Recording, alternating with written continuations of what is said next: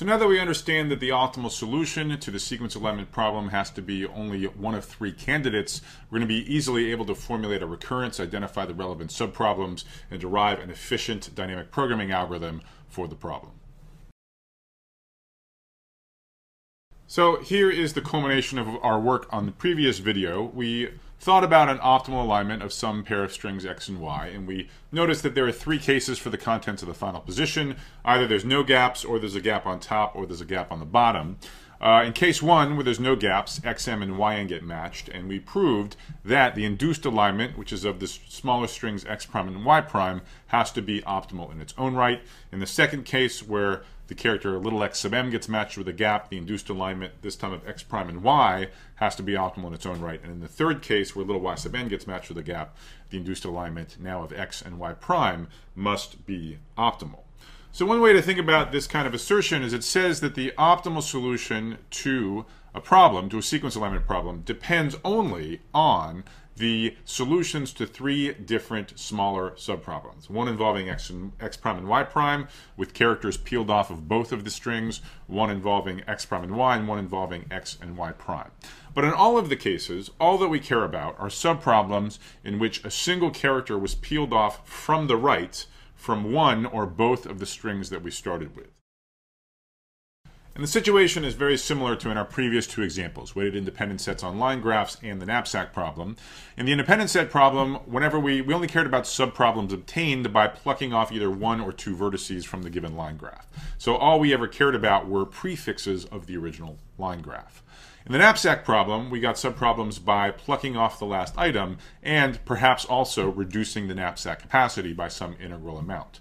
So there were two dimensions in the knapsack problem for which subproblems could decrease in size, the number of items and the residual knapsack capacity. So we used two parameters to keep track of the subproblems. And what we cared about were all possible prefixes of the items and all possible residual integral capacities at most the original knapsack capacity.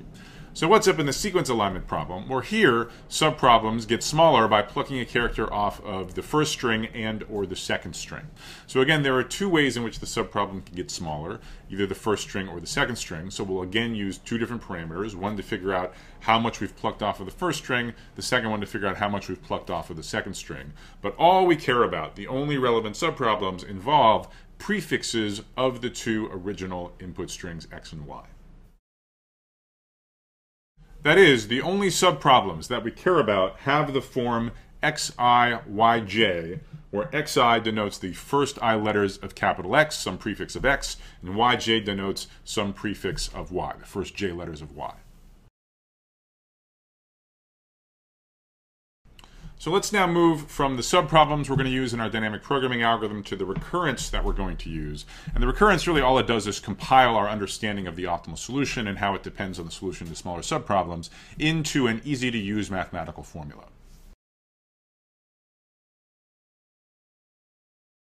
So I'll use the notation P sub ij for the value of the optimal solution to the corresponding subproblem, the one involving the prefix xi and the prefix yj.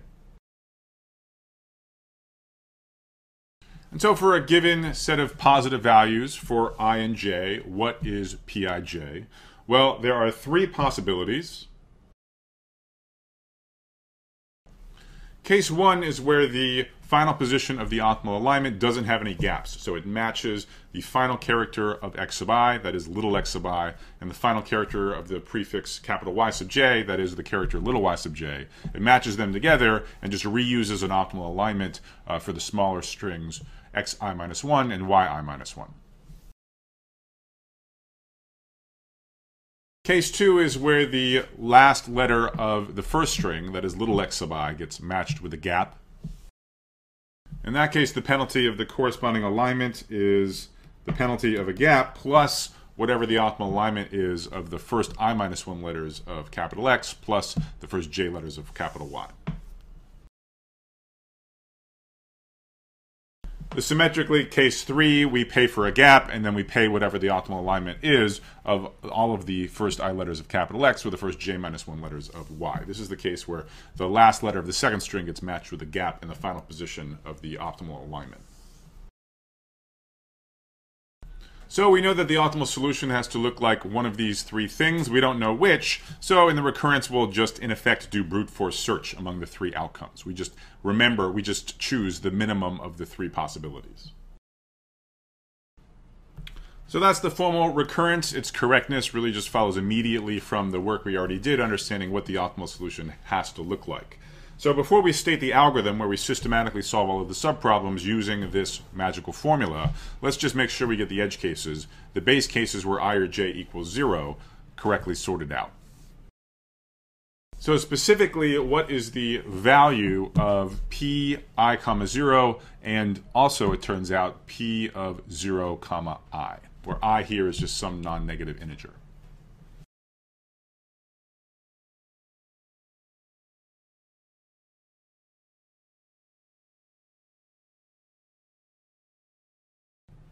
All right, so the answer to this question is the second one is B, and I hope if you could keep the notation straight, then the answer was fairly clear. So let's remember what does Pij mean? That's the total penalty of an optimal alignment between the first I letters of X and the first J letters of Y. So consider Pi 0. So now we're asking about aligning the first I letters of X with the first 0 letters of Y, that is with the empty string. Well, the optimal way to match any string to the empty string is you're just going to insert gaps into the empty string to equalize their lengths, and so if your string has length I, you need to insert I gaps. What's the penalty of that alignment? It's just I times the penalty for a single gap, and that's the answer here in B. So we're ready now to give the algorithm, and as with all these dynamic programming algorithms, once you know the subproblems and once you know the recurrence that relates their solutions, there's really nothing to do. All you do is systematically solve all of the subproblems, moving from smallest to largest. So we're going to use an array A to keep track of the solutions of all of these subproblems. A is going to have two dimensions. The reason for two dimensions is we have two independent parameters which are keeping track of the subproblem size, one for how many letters of X we're dealing with, and a second dimension for how many letters of Y that we're dealing with. That's analogous to the knapsack problem, where we also had two dimensions to keep track of, the number of items in play and the residual knapsack capacity. We just figured out what the base case is, so we just solve those in a pre-processing step. So if one of the two indices is 0, then the optimal solution value is just the gap penalty times the non-zero index. And now we just go to our double for loop. It's a double for loop because we have two indices into our array, and whenever we get to a subproblem, we just evaluate the recurrence, invoking the solution to the already computed smaller subproblems.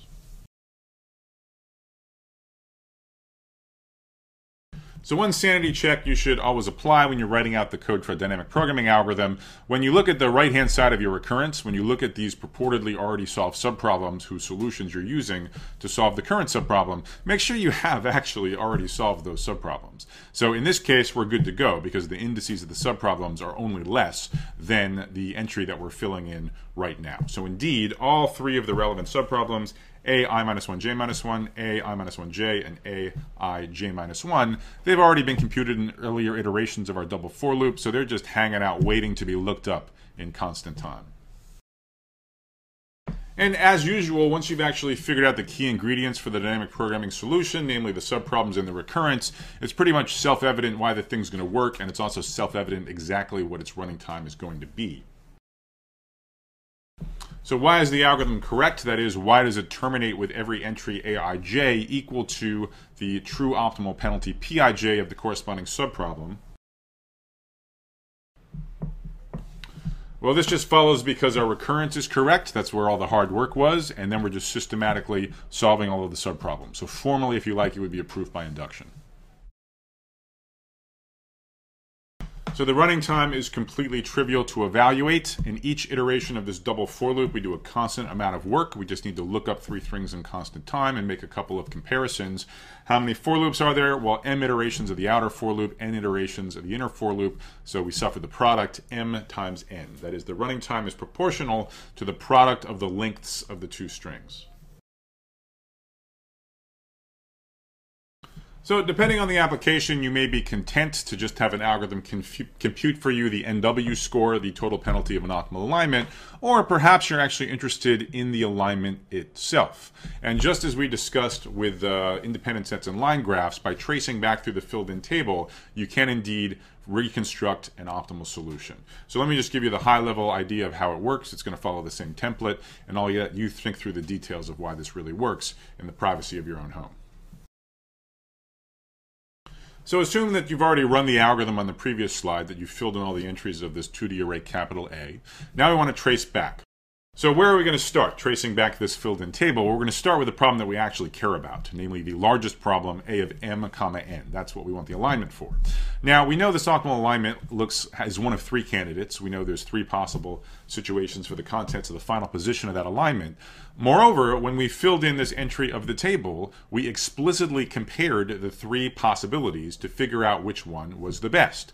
So, perhaps on the forward pass, we actually cached the result of the comparison, or in the worst case, we can just go back and recompute and figure out which of those three cases was used to fill in this entry. And depending on which one of the three candidates won, that tells us what should be the contents of the final position of the optimal alignment. If case 1 was used to fill in this entry, we should match little x sub m and little y sub n. If case 2 was used to fill in this entry, we should match little x sub n with a gap. If case 3 was used to fill in this entry, we should match little y sub n with a gap. If there's a tie, we get to pick any of them arbitrarily. All of them will lead to optimal alignments. Then, of course, after figuring out what to do in this final position, we have an induced subproblem involving x prime and or y prime. That tells us a previous entry of the table to go to, and we just repeat the process. We again figure out which of the three cases was used to fill in this entry. That tells us how to fill in the next rightmost position of the alignment, and we just keep going until we fall off the table.